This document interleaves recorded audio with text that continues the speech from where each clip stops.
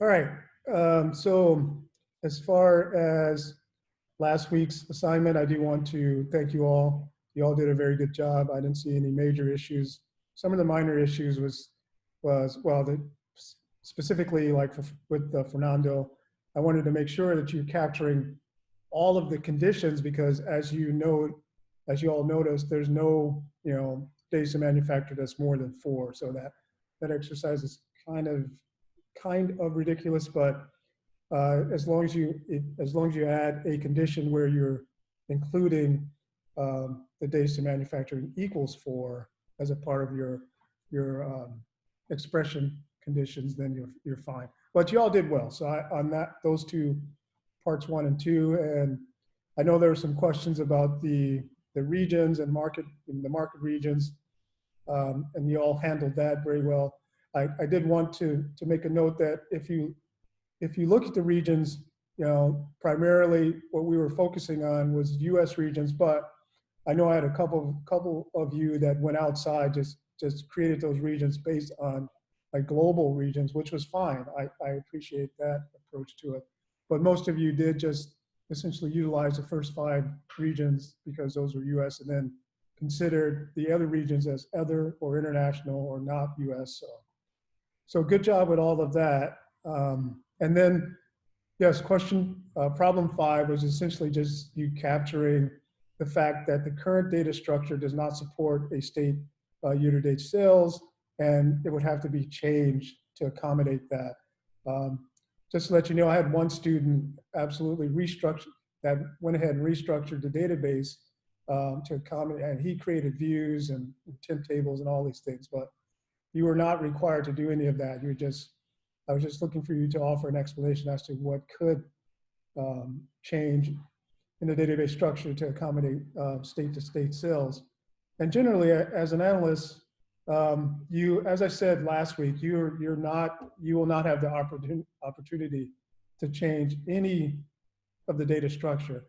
That's all controlled by a database administrator. And if you try to do something like that, well, all types of alarms go off and they begin to pull out their hair and things like that. But so that said, any questions about last week's assignment, case expressions? It is a very useful tool for reporting, even for analysis and all that. And you all did very well. So I had no issues thus far. And I do want to thank you all again. Okay, so let's dive right in. So wow, week 3 already. It seems to be going by pretty quickly. I want to start by wishing you all a happy 4th, happy holiday. Yay, celebrate the independence of our ridiculous country, now our great country. And hopefully you all can celebrate somehow. I don't know with the current conditions, who knows what it's going to look like as far as the celebration, but here we are. Any comments or questions centered around that? Hi, Professor. This is Andrea. Hi, Andrea. I'm not doing well, and unfortunately, I have been tested for COVID. So I want to wish everybody a very safe weekend, and I hope everybody stays home as much as possible. It's just not worth going out right now, and I really do want to emphasize of how scary things can be very quickly. Right. Well, thank you, Andrea. And I wasn't expecting you to join us, so I'm glad that you're here, but if you want to drop off the lecture, that's fine. I did upload the in-class exercises, and you can do those at your leisure. But thank you for speaking up, and please take care, and that goes for everyone. I mean, it's best to remain safe, and things are not changing as fast as we think they are, but yeah, the safest place is essentially at home. Anyone else want to comment? Well, I wish all the best to Andrea for sure. I just wanted to share that my husband was also positive on COVID, but doesn't have any symptoms. So it can go that way too, just to say, you know, maybe you don't have symptoms, but if you go outside, you can transfer it to someone else. So be careful. Yeah. So that's the best practice currently. Yeah. And it's predicted that there will be a spike over the holiday weekend because most individuals have their traditions and they are not really paying much attention. So I will reiterate what Andrea and Katya have said. Yes. It's probably and more than likely best to stay at home and watch the fireworks on your TV. I know that's not the same, but um, the way things are now, we don't want to contribute to the spike that will definitely happen. So, all right, all right. So let's move on. Anyone else want to comment? I'm sorry, Javier, did you want to say something? Oh no, I was just gonna say that like I work in the hospital, so like I see like the ICUs are filling up and they're under power, I guess undermanned kind of. And Yes. that they might get like they might hire locums, but I don't know if they want to pay for that, but it's a lot of COVID cases. Like for like I think for like I work for Boswell and that web Boswell there's 6 COVID providers, and then for that web it's like 5. All And right. in a virtual team up for COVID as well. So there's COVID people like in like they're pretty much through a screen. Mhm. So it's busy. Great, thank you, Javier, and we definitely all appreciate your service, your frontline service, and all of the healthcare professionals that are out there trying to help, well, doing their jobs. My brother is out every day as well. Well, he actually works at the prison, but he does a lot of work, frontline work. So he's always telling me about his garb, his PPE, and all that, and the fact that he's working 12, 14-hour days just to keep up with all that's going on. So yes, please be safe. It's good for you, good for your family, good for your even good for the people that are around you. So okay, so let's get into our lecture. Yes, topic 3. We are going to talk about more advanced SQL features. Well, semi-advanced for some of you. We're gonna dig into subqueries and unions and just run some exercises. Well, I'm gonna lecture about it, and I have a few exercises that we will partake of this evening, as well as the homework assignments. All right, so our objectives for topic 3, excuse me, then back up, reverse. What our schedule is for this evening. Thank you all for the discussion, and thank you all for those of you that had comments. So tonight I'm going to go over the objectives. We'll have a brief lecture on subqueries versus joins and then unions. And then I'll discuss the DQs. I do have in class participation, same as last week. Essentially, I'm going to have you work through them and then upload them to the question for instructor form. And then basically I'll have, if you'd like, we'll just have an in-class work time at the end of the lecture.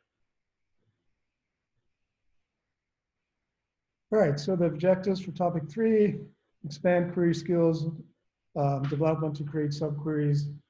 Excuse me. Oops. My screen's not. There we go. To create subqueries, nested query, and essentially nested queries, which is the same as subqueries. It's synonymous. Describe uses for SQL union function.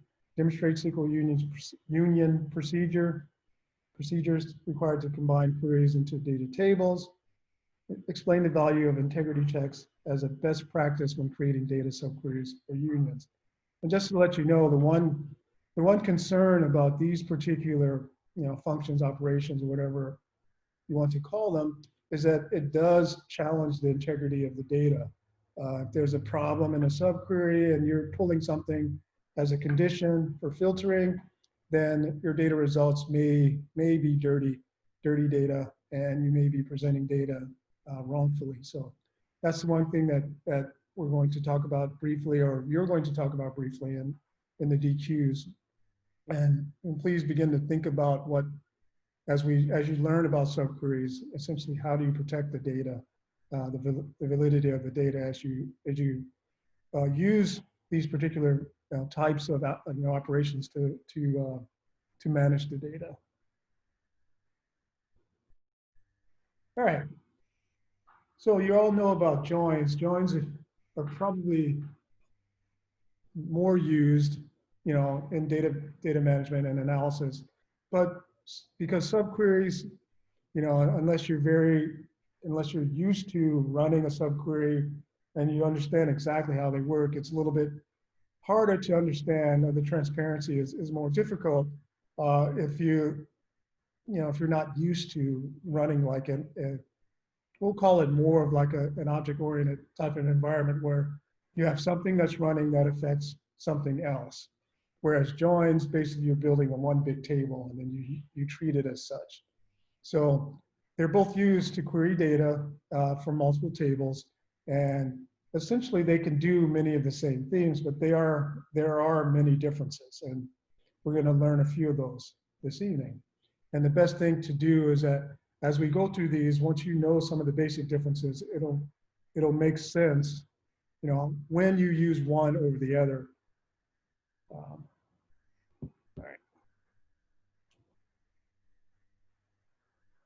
So when we compare, when we do a quick comparison of subqueries to joins, subqueries can be used to return either a single value, scalar value, or entire row or entire record.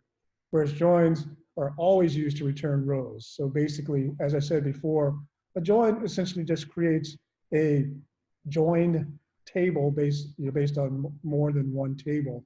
And essentially it looks like a very large table.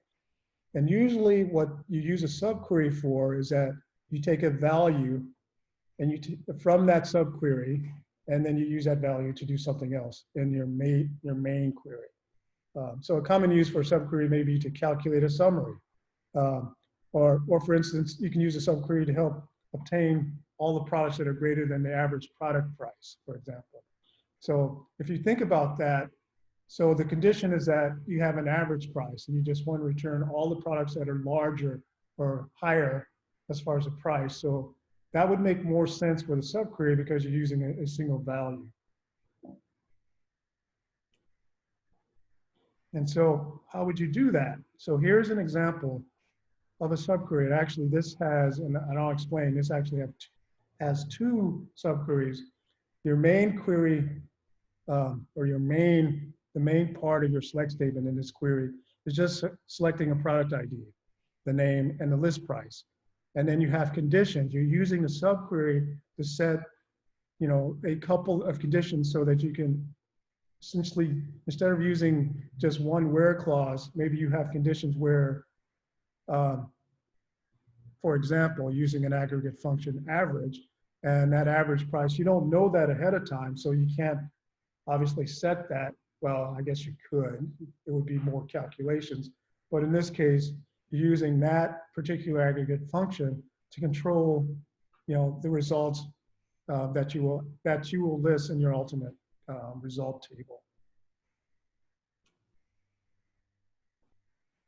So if we contrast that with a join, and to accomplish the same purpose, so essentially we're just joining the two tables, or actually we may even do a self joins, but in this case, reading through this, it may or may not make sense to you, just reading through the logic of a join. If you're trying to accomplish something very simple, then listing all of the products that are larger than the average price. So this select product name as model name, etc., and then joining it with the product model. But that can become a little bit more confusing as to what you're trying to accomplish. So if we go back to the subquery example, and I'll just explain this a little bit. As I stated, there's two subqueries. So the first subquery is just a query used to return, if you look at this, it's just returning a value, a scalar value, a single value. So select, if you look at the green subquery, we're just selecting an average price of all the products in the production.product table. So that'll come back with what will be listed as an average price. For example, if we had two products and one was $100 and the other one was $50, then the average price would be 75. So that value will be on that line from the subquery. So, and then we're using that in the where clause. We're using the second subquery in the where clause to bring back a list of the products that are higher than that average list price. And so we're using both the subquery as a conditional part of the select statement, and we're filtering it based on whatever the requirements are using another subquery in our where clause. Does that make sense? Any questions?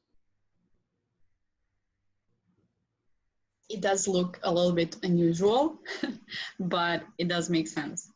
Okay, it is a little bit unusual. You won't see one that's trying to accomplish this simple task, but it should make sense. I mean, if you look at this, and you probably would not do it this way for something like you can actually do an average price and then use a where clause, but this is complicating this particular scenario a little bit, but I just wanted to kind of emphasize the idea of what you can do with a subquery. And the reason why I have two subqueries here, I wanted to show you that a subquery can be a single value or it can be a list of values. That's a result of the subquery essentially that runs or that are an essential part of the main query, which is just select product ID, name, list price. Professor, I have a question here. Go ahead. So in this query, the third field average list price, we are anyway getting the average value. So can't we use that average list price field in the where class? Yes. Yes. And say, as Katya is saying, this is odd, but yes, you can simplify this quite a bit. Okay. All that I wanted to illustrate is that subqueries can be used to obtain a single value or a list of records or list of rows. Okay, thank you. So please don't overthink this too much. Okay. Go ahead. So the subquery, the first subquery is getting the average price from the production.product table. Would we have is it possible to get it from a different table and still like run the whole entire query from the production.product table? Do you understand? Okay, say that again. Sorry, I was distracted. So this query has the first subquery that says select average list price from production dot product, right? And the whole columns that we've called out in the select statement are all coming from production.product. Right. Can we have different tables? Let's say the select average list price from production.product table, and the main from would be maybe sales dot. Yes, absolutely. And that's and it still works?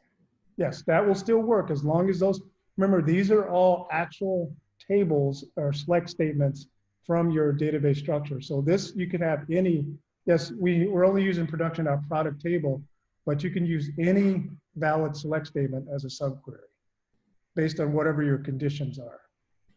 Does that make sense? Yes, it does. Okay, great. All right. So I just reiterate, essentially, the last slide just went over essentially the reason why I have two subqueries, single value, a set of records. So as you've learned, join basic joins are a little bit easier to understand because you can use a join for any reason. And generally, you would use a join because of the way the schemas work. You can combine several of the components of your database without actually, writing several different queries into. And I can tell you right now, in my DBA days, as far as manipulating data, subqueries can be a little bit confusing. Joins are usually pretty straightforward. So that being said, I would normally eschew to using a join or eschew over a subquery just to use a join because any of my compatriots could read through there and say, oh yes, I understand what you're trying to use as far as the data itself. So a subquery is used to run a separate query. And if you're ever running a subquery, and this is always a problem, and if you're having any type of errors, I would suggest taking the subquery itself and running it by itself, because usually there's syntax errors or something that's unexpected in your result from the subquery, and then all of a sudden your overall results are not quite right. So please, and this is a very good troubleshooting technique, run your subquery as a separate query always, because it'll tell you right away what's wrong at that level. Think of it as an inner-outer scenario where if your inner query does not produce the results that you're expecting, then obviously your outer query will be incorrect. So in many cases, they return a value split as a column or used in a filter condition, which such as a where or having. When a subquery incorporates a column from the main query, it is said to be correlated, and that's just verbiage and terminology. And the correlation of queries is important, and that's another way that you can validate. And it creates a higher level of usefulness for subqueries, because if you're leaning that direction, then it makes it easier, to some degree, easier to understand. And it is more like a join that way, because if you're using several tables, and it is possible in a subquery, then it's easy for you to establish what's coming from where. And that's always a problem in subqueries. Especially if you have nested queries, you forget about what's running first and how you're getting values. And that's both the bonus and the confusion of a subquery scenario. All right, so let's run our first in-class activity. And here's the premise. And I'd like for you to all run this. We're going to take a few minutes just to run. So suppose the sales manager of InventorWorks wants a detailed listing of all sales orders and a number of order detail lines for each. So basically, we want the sales order and the number of detail lines. A sales order is usually a main order, and then there's detail lines based on either parts or components of the order. So I would like for you to use first a join and then a subquery to fulfill this request. So does that make sense? Yes. All right, so we are going to work on this together. Obviously, I've already figured it out. So, and the next slide will provide my solution, but I'd like for you all to work on this. And I probably will play some Jeopardy music, but no. Just go ahead and work on this. And once you finish, basically upload or save it, because I'll have you upload these to our participation, our question to instructor, or question for instructor participation item. Or you can always upload many, or post, many times. That's fine with me. So once you finish, just go ahead and post it, and then we'll go on. I'll show you my solution, and then we'll go on with lecture. So we'll spend I'm only going to give you about 10, 15 minutes. It shouldn't even take you that long to finish this. All right.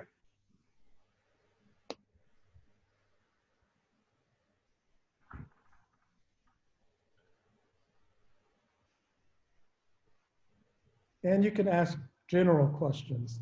It's like a little quiz.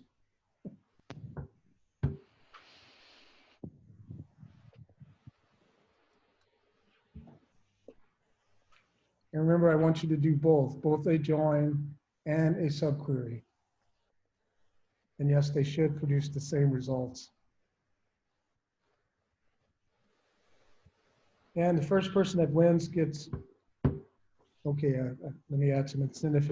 Wins, it's not win. The first person that completes the exercise gets bonus participation points, meaning that I will give you participation points for next week. I'm done, Professor. This is Ram. Thanks, Ron. I knew you would finish first.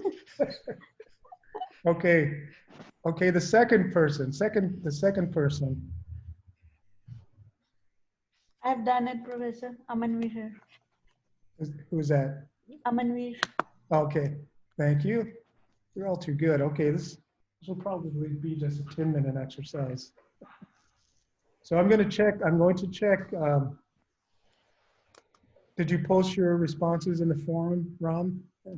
I'll post it. Yeah, just doing it. And you did? Okay. So Doing it. Yeah. You don't win the bonus points until I double check. So let me double check. Although I know that well.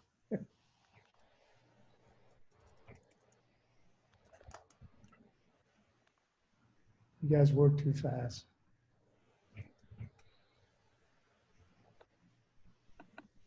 I think I got mine done. Let me double Promise check. not? Yeah.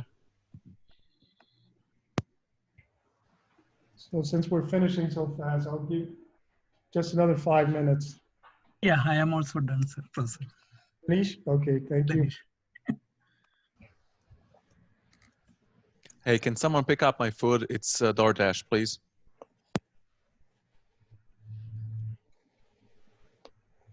What was that? Oh, sorry, I forgot to put you on mute. I put myself on mute. Sorry. Oh, that's all right. It's my DoorDash dinner. Okay, got it. All right.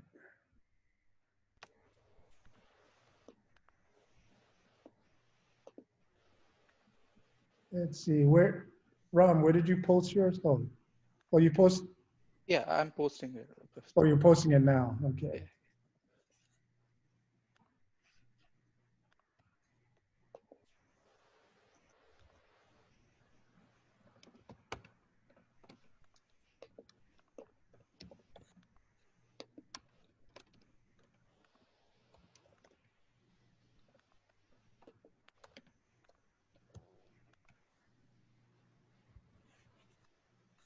I posted it, Professor. Okay. Thank you.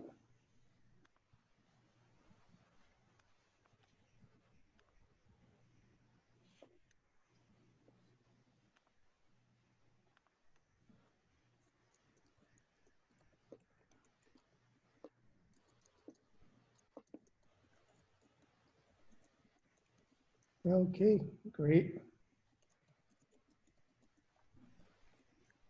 All right. Good job.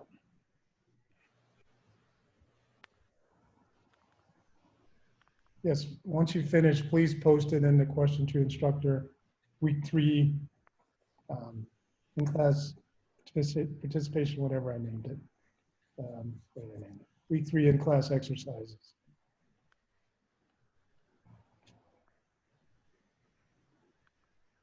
All right, what else? I've posted it, Professor. Thank you.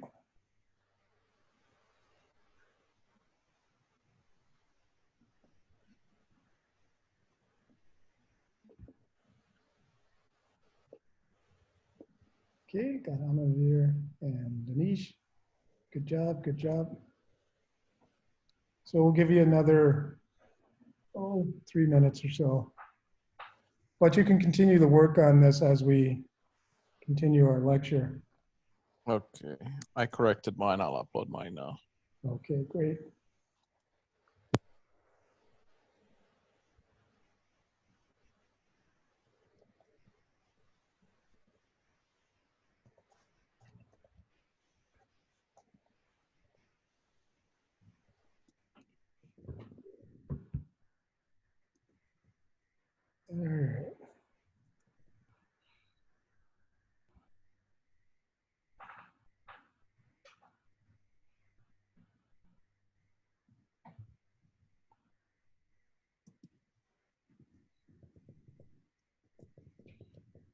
Yeah, how's everyone else doing? Does this exercise make sense? Or you're just saying, I'm not doing this? I realize more mistakes I make, more I learn. Well, there you go. That's the best way to learn. And SQL is about making those mistakes and correcting them. That's, yeah, absolutely, Bronislaw. Yeah. And it's repetition, repetition. I spent 5 years building queries and still, yeah, it was enough time. And that was the old days of command line query building, where we would have to run it, debug it. It wasn't fun. So, Professor, I am doubting the tables I used. Uh-oh. Well, which tables did you use? It should be sales order detail and sales order header. Yes, that's what I used. Well, no, those are the correct tables. So the join works, the subjoin, The subquery. the subquery, right? I'm getting an error that says only one expression can be specified in the select list when the subquery is not introduced with exists. Okay. Are you separating the subquery from the main query using parentheses? Yes. Okay. I just did select star, then comma the subquery. Would that be the problem? Yes, you have to be very careful using wildcards in your subqueries, because star returns everything, and it may not be a accurate filtering agent by returning everything in your subquery with the select star. So I would recommend using something that's either a specific row or a specific value. Okay, yeah. I don't understand why we can't just use sales order detail. Because you could have, oh, sorry, go ahead. No, go ahead. You go ahead. I was going to say the sales order ID is there. That tells you how many orders there are, and sales order detail ID is there. That's actually a good question. That's actually a very good question. Obviously, you can use that, Jill, but okay, I thought I was doing something wrong. that defeats the whole purpose of the exercise. Okay, well, that's why I was sitting here going, I don't understand why we're okay. Yeah, I wanted to do the same exact thing, then I realized I'm cutting corners. Yeah, I don't want you to cut corners. I mean, I know you guys are all smart, but I'm trying to get you used to, writing a subquery. Yes, the whole idea of this schema and the structure is that you generally can use something like this or present something like this by using the sales order detail table.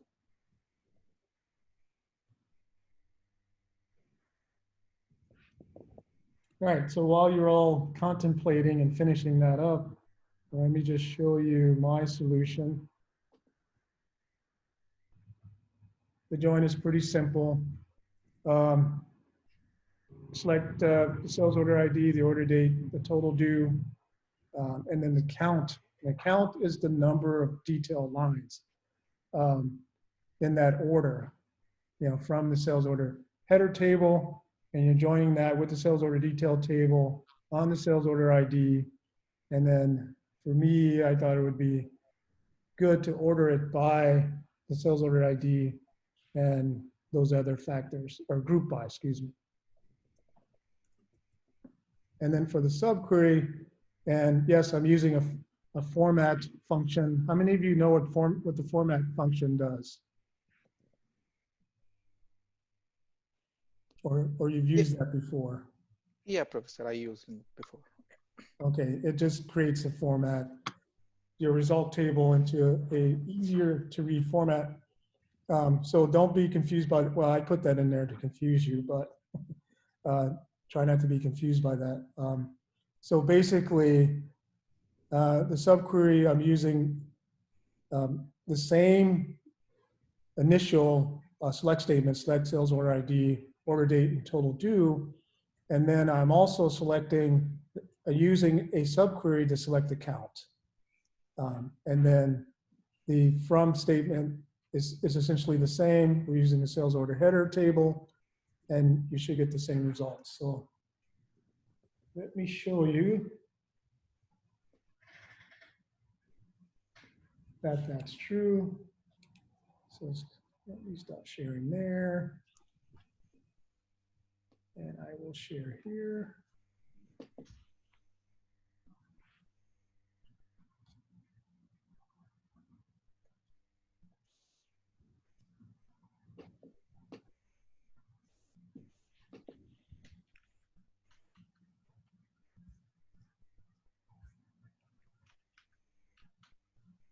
No, I have to launch my VM. I should have done that ahead of time.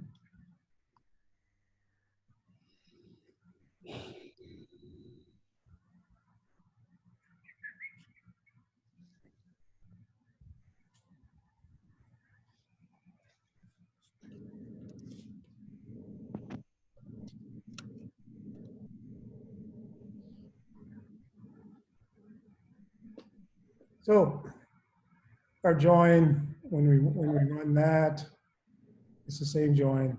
Basically, we get with 31,000 plus rows, and it gives us the line count, the total due, the order date, and the sales order ID, and it just groups. We're just grouping by the sales order ID, et cetera. If we run our subquery with our fancy format functions, it should give us the same number of rows, but our data is formatted and our total is formatted under US currency. Make sense?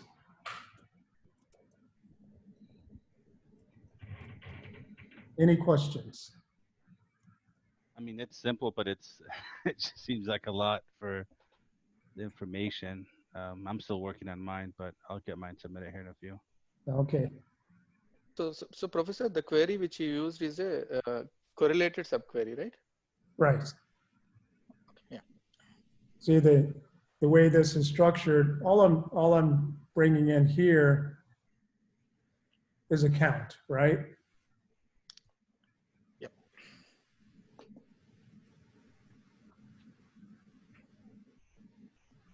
And it's using, yeah, well, it's in this example, I don't want you to overthink it, but in this example, it's ensuring that you have the correct number, the correct line count with the correct order. So you're kind of doing a join because we're making sure the sales order IDs are the same.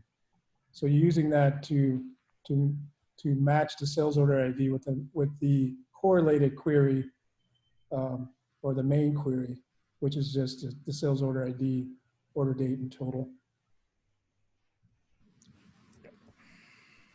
All right. Thank you, Professor. You're welcome. All right. So you can continue to work on that. And make sure you upload your results. Let's get back to our lecture.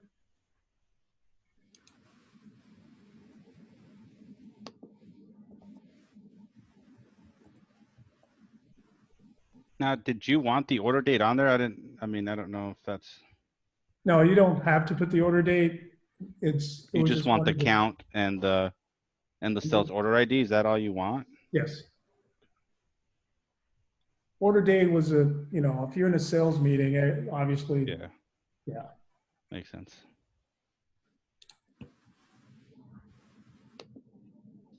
All right. Okay, so any last questions about subqueries? Take a look at that, what you're writing, make sure you understand what's doing what and where the data is being filtered and manipulated. It can be, well, don't make it complicated, but it can be complicated. You can run some complicated scenarios just by adding a subquery, a correlated query. All right, so let's go into our next advanced SQL. It's not really advanced, it's more just second level, second tier. And these are unions. Unions, and we're going to compare those to joins as well. Unions are joins and unions.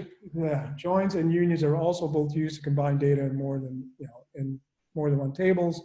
The difference lies in how the data is comprised, and there's a big difference as to how you view the data if it's using a union or a join. So as you know, in basic terms, a join combines data into columns, and this is very rudimentary. But what a union does, it combines data into new rows. And essentially, you have to be very careful with a union. There are specific requirements, and I'm going to go over those in a second. If two tables are unioned together, the data from the first table is one set of rows, and the data from the second table is another set of rows. And the rows are in the same result. So if you want to look at this pictorially, we have table A and table B. And if we unionize or union these tables, basically we'll have a result table that will have table A and table B as far as their rows or their records. And that basic premise is the important part of what you're performing with a union. You're basically combining two tables with the same columns, and that's one of the specific criteria into a one large result table. Unions are typically used where you have two results that are different. For example, if you have students and teachers and they have name and birth date and even IDs like student ID or even teacher ID, and you want to combine it into one table and call it school, everyone at school or whatever. So to do this, you can simply run a union, and essentially you want to run a union as far as the syntax in this fashion. You do select, and the column list is the list of columns. You essentially you can use a wildcard here. It is definitely not recommended for a union because the union although SQL Server currently will check to make sure the columns match. One of the main criteria of a union is that the columns have to match. That's data type and number. Now, they don't have to necessarily be the same specific data, i.e., if you have student ID and teacher ID, those are different labeled columns, but that's probably either a variable or an integer. It's an ID. So you can create a union for those. And the syntax would be just select column list from table 1 or table A, and then the phrase union, and then another select statement, select column list from table 2.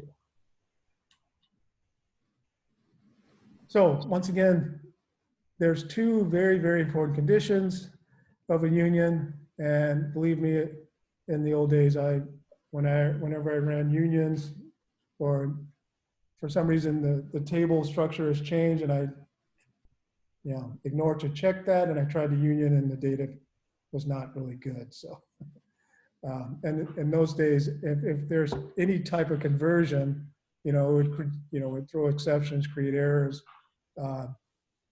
Well, the early days it would not. It would just force the data into certain data types, and that could be a disaster.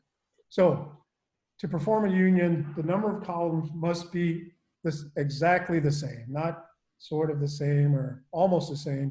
So if you have 10 columns in one table, you need to have 10 columns in the second table. And then the second very, very important condition is that they're ordered, meaning the data types. This can be a problem if the data types are different.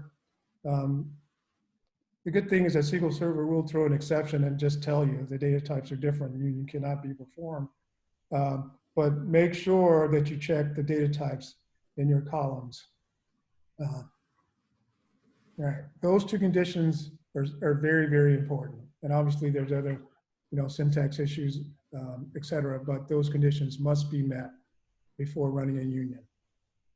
All right, there's kind of an expanded or condition when running unions. If you run just a union, it'll essentially combine everything. Or excuse me, I'm not saying this right. If you run a union, it will just combine. Well, it'll act like a distinct. It'll just run everything from the one table to the second table. And if there are duplicates, it'll actually not create the duplicates. If you want to write everything, no matter what the content is, you would use the keyword all. So instead of just union, you would write your select statement and then union all, union space all, and then your other select statement. It doesn't matter. It'll write all of the data points into your result table. And that is very important. So keep that in mind. That is very important for the upcoming assignments. So, and as I stated, essentially the union versus union all, the union, it will act like a distinct, meaning that if it finds a copy, and you have to be very careful because essentially if your table, for example, let me use an example. Let's say you have a database that houses students and teachers, but let's say one of the student, and actually I was this way, is one of the students actually, one of their responsibilities is a teacher. So they are in both tables and they have different IDs, but they're in both tables. So what the union will do, will check all of the columns of the first table to ensure that it doesn't match any of the data as far as the tuples, meaning the records in the second table. So, and depending on how the table is indexed and all that, usually it starts with the ID, which is supposedly the most unique field, but once again, you would have to do your due diligence and check the data to make sure that you're not creating duplicates. But union versus union all, this is a good way to start, I'll say, because you'll have conditions where you may have to check the data record by record. But essentially, that's the biggest difference. Union all essentially creates a result table that's every data record from both tables, whereas union will actually check to some degree for duplications. It's not all inclusive, which means that based on how your table is ordered, you will have to do some double checking. Any questions about that?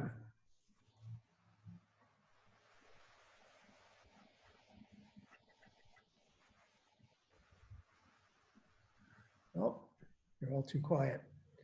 All right. This seems really prone to, am I wrong, or is this really prone to creating bad data?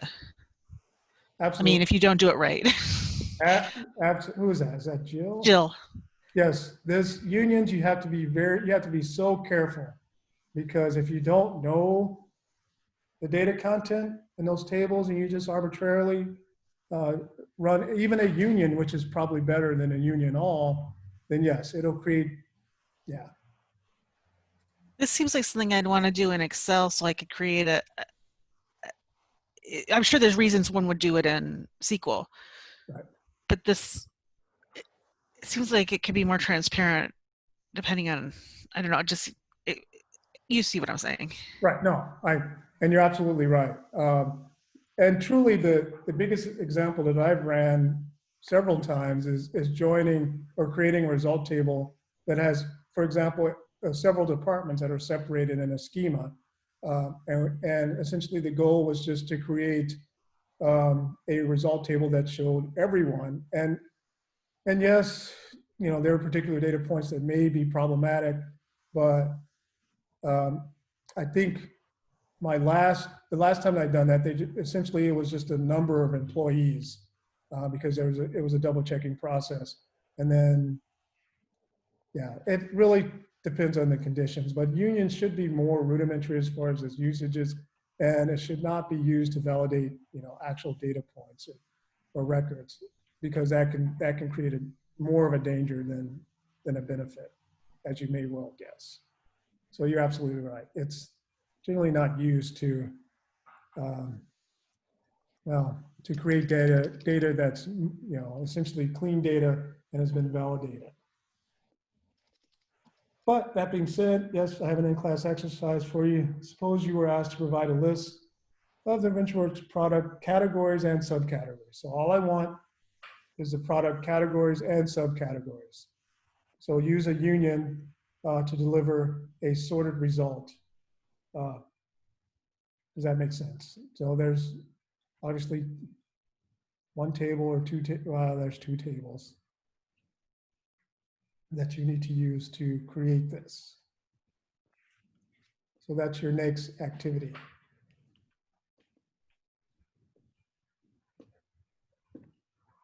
And I will be right back.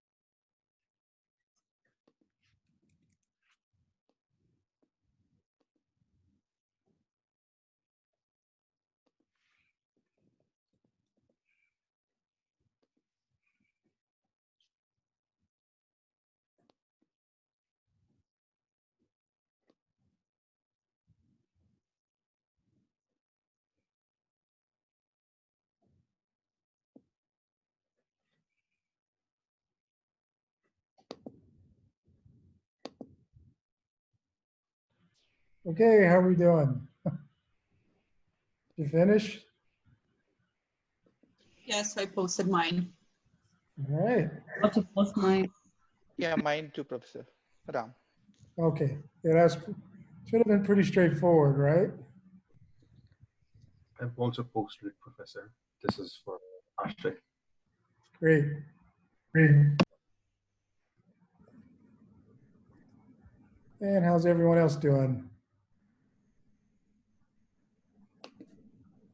I think I have it.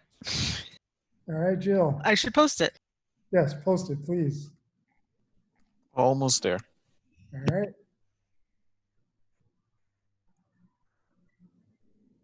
Same here, almost there.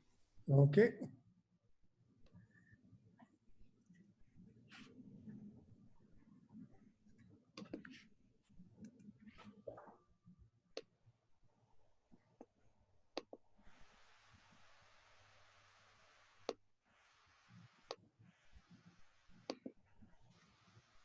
So, Professor, you said you're okay with just a screenshot of this, right? That's correct.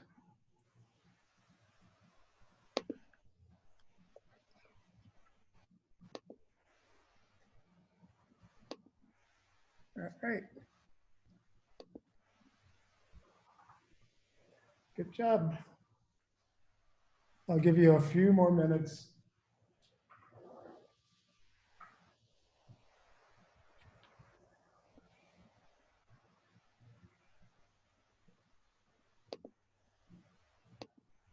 Professor, I have one question. Go ahead, Mom. So if we have like, merging like two tables, then we will use either union or union all, depends on the, duplicates or not duplicates. But if you have like 3 to 4 tables, if you're merging together, like one table union, second table union, third table union, in this Yeah. situation, what would be the order? Like first, like first table and second table, the union will be performed first, and then it create a result table. Then that result table will be looked up on the number 3, third table, or what would be the order actually? Now, generally, you want to identify what you would classify as your primary table, the table that essentially will structure or create an identification of your data. So as long as that table is first, it doesn't matter what the order is after that. Okay, the main table should be the first table. That's correct. Okay, got it. Okay, thank you.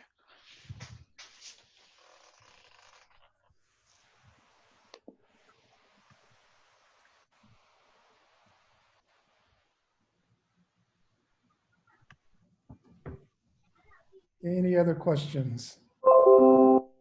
Oops. We're all doing okay? This should have been pretty straightforward. So let's see, Ram, which tables did you use for your union? 2 tables, Professor. Let me open.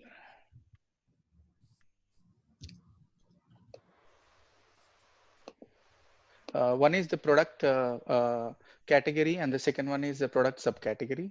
Yep. Okay. So, but actually what I did is I created an intermediate, the temporary table. The first I created a join based on these 2 tables. I created a temporary table. Then I used a union on top of the those 2 tables again. And the final result I displayed using the temp table. Great. That's much more than necessary, but good job. My glasses. Thank you. Anyone else? Jill, did you finish?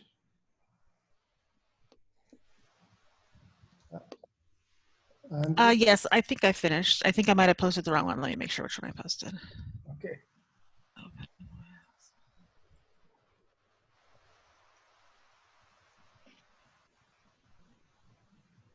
Let me post the right screenshot over here. Okay, great.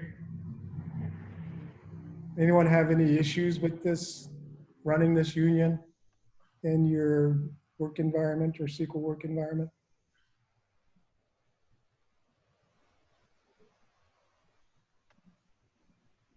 Sounds like you're all on top of it. All right, so let me move ahead. to talk about the DQs and the assignment. Okay, the DQ1, explain how a union function operates and how the resulting data are intended to be used. And you can use any example or scenario, or if you research and find something specific, please use that as well. But I do want you to discuss the weaknesses that exist and strategies for making process stronger. But basically, I want you to talk about, I mean, if you're running a union, give me a specific reason why, and then how would you ensure that the integrity of the data, which we started that conversation, and it's really, it can be problematic if you're not, as with any of these scenarios, if you're not paying attention to the data. So I just want you to talk about that briefly, because if you're running a blanket union and you don't know the data, then it could, you could represent something that's not truly a part of what you want as a result table.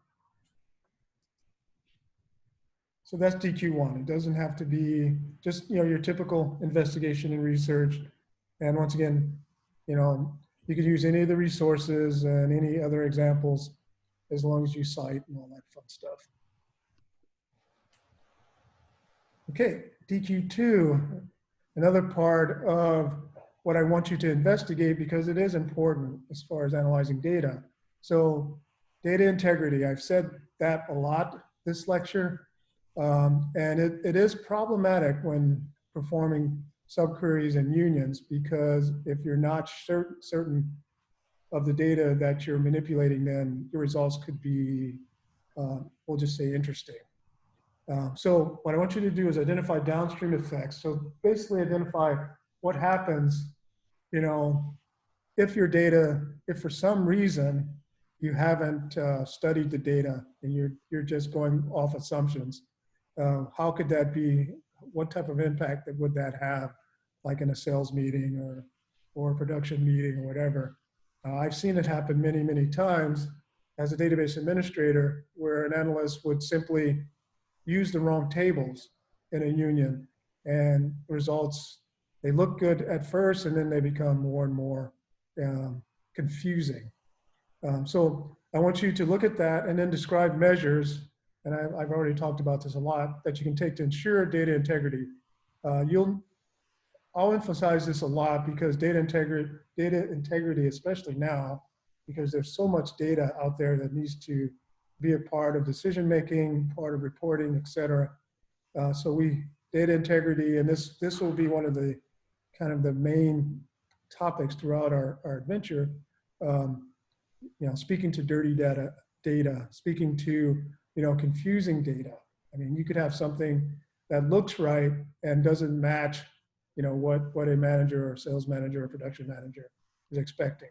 So how do you ensure data integrity? So just discuss that a little bit.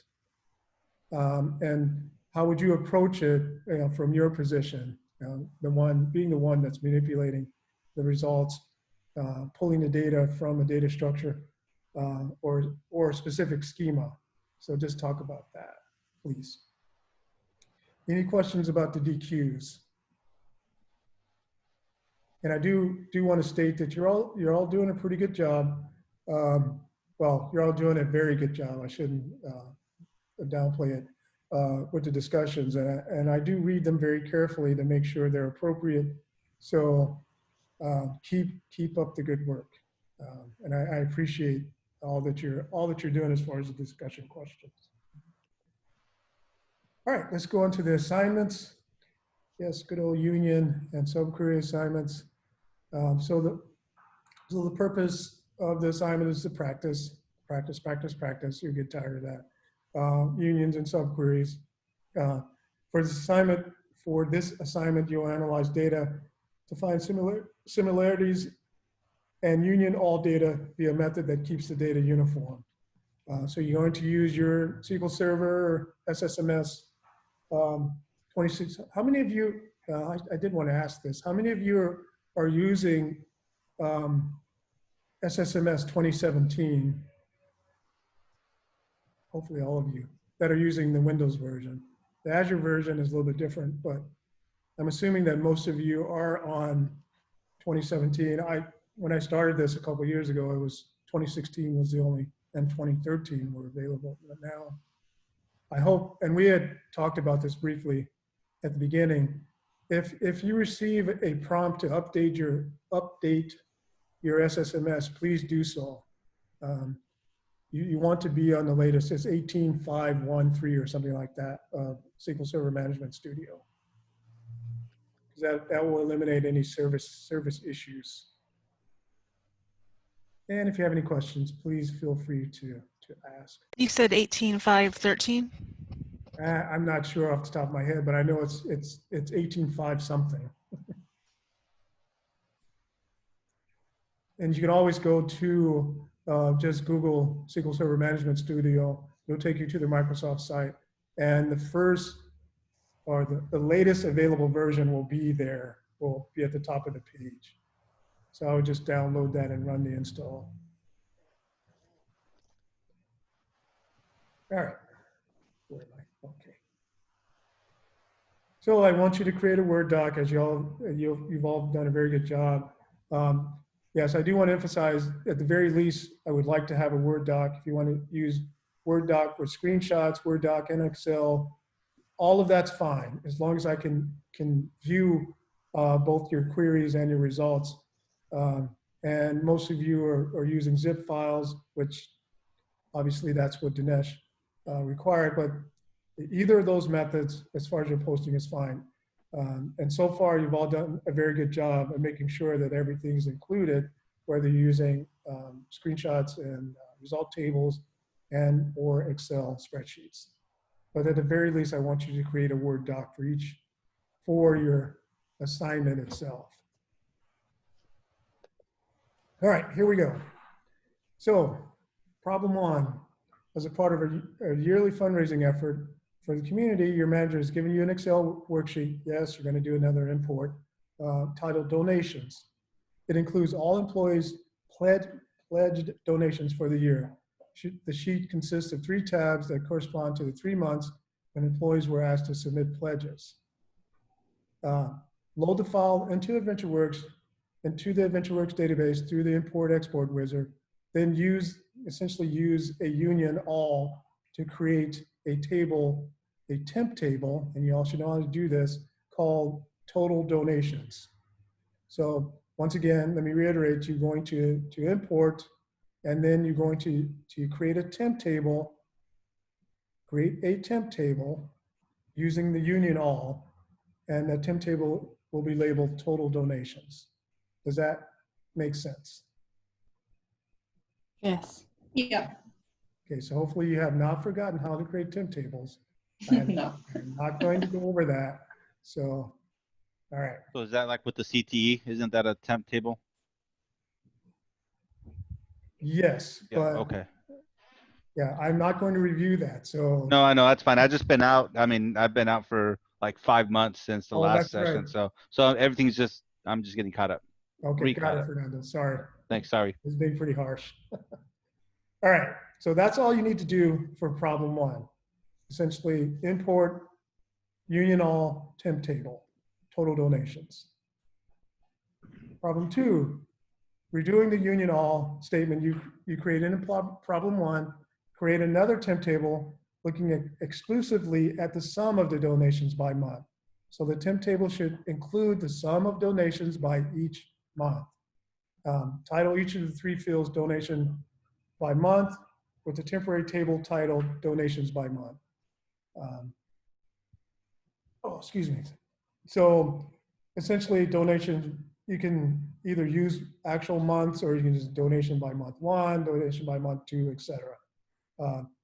When complete, provide the total of the final amount of donation. So you want the total of the totals in this for this response. So you should have a temp table, and you can include the total of the totals in the temp table, and you should know how to do that.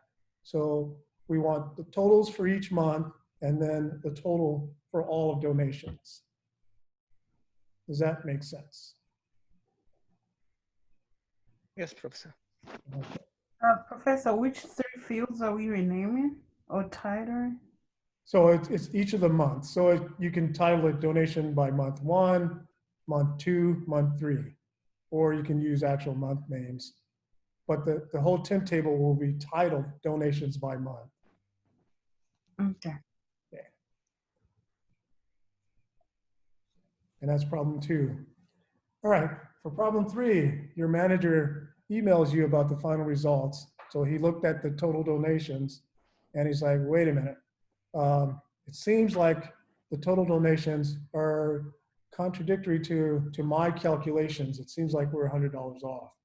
So he states that there's a $100 discrepancy between your totals and the total totals. So keep that in mind. $100 discrepancy. So you have to figure out, and I'm giving you a little hint now, where would that discrepancy lie? Is it which month? So that seems to be the confusing. Obviously, it's going to be in one of the months. There will be a possible discrepancy.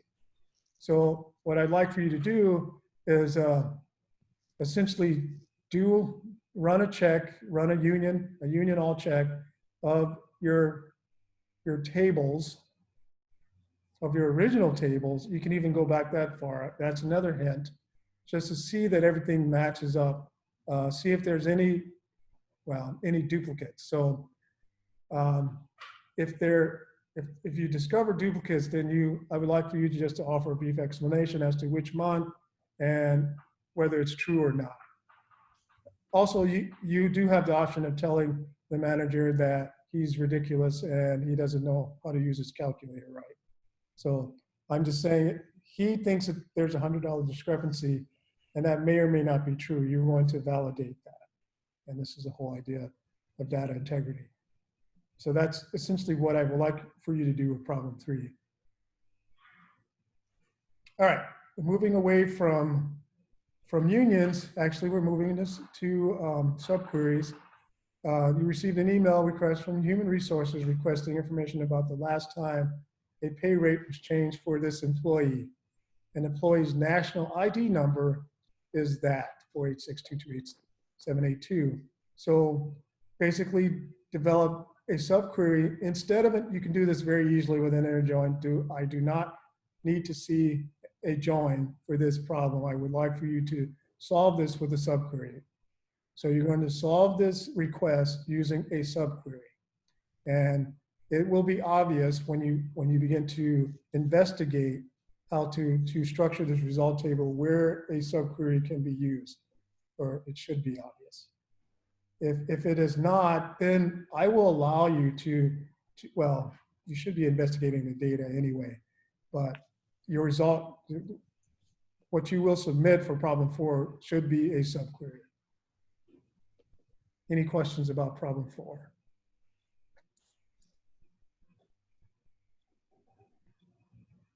All right. Okay, and that's the assignments for this week. I do have a couple more in-class activities. Basically, we're at 7 now, so it really depends upon you. I will walk through these exercises after 15 minutes or so, but oops, maybe I should show you them. I do want you to go ahead and perform these, and these are posted in the question to instructor,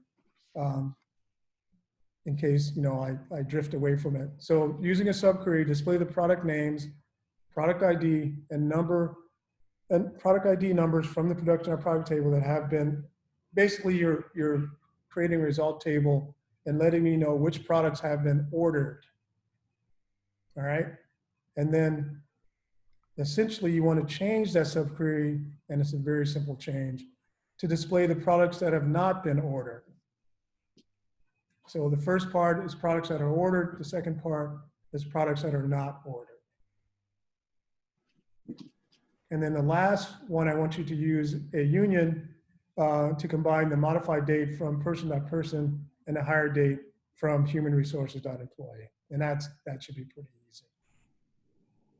Any questions about the last 2 in-class activities? So, Professor, the first 2 questions, are we going to use 2 tables, or it's just going to be 1 table? And good question. I'm not going to answer that.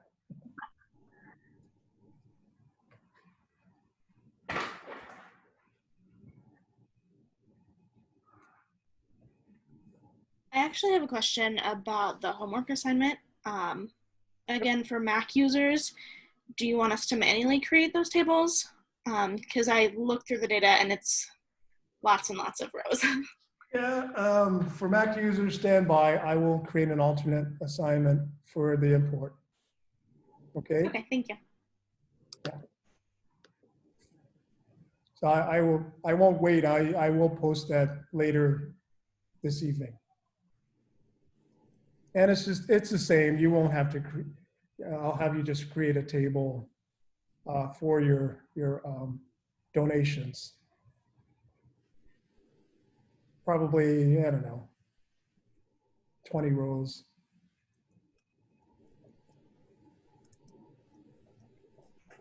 Thanks for asking or reminding me of that, Emily. Any other questions?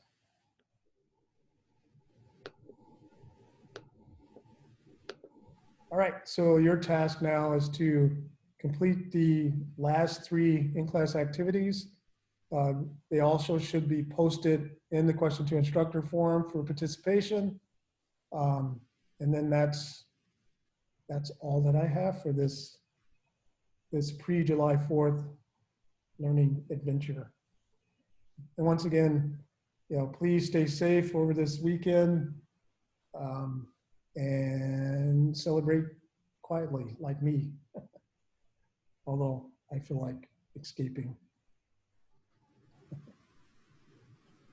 Right, so once again, the last activities are posted in the question to instructor forum. And I will be walking through these at about 7:15. Okay? Okay. Thank you.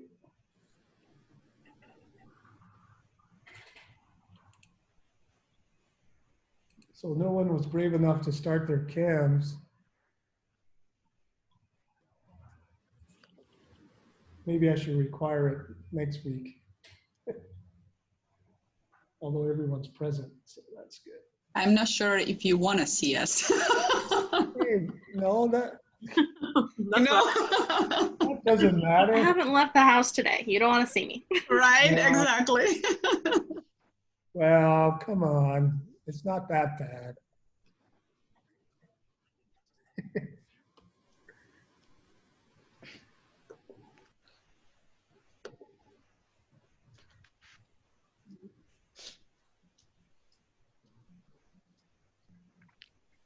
Professor? Yes, go ahead, Bronislaw. I can't see number 2. What's your question number 2? I don't see your display. Oh, as I said, it is in the question to instructor that if you go to LoudCloud, Oh, okay, cool. just pull it from there. And what about the last question for the human resources, that employee? Do we do that one as well, or? Yes, It's please. in your presentation. Okay. Yes. Thank you. That one should be easy. It's just a very, very basic union. Yeah.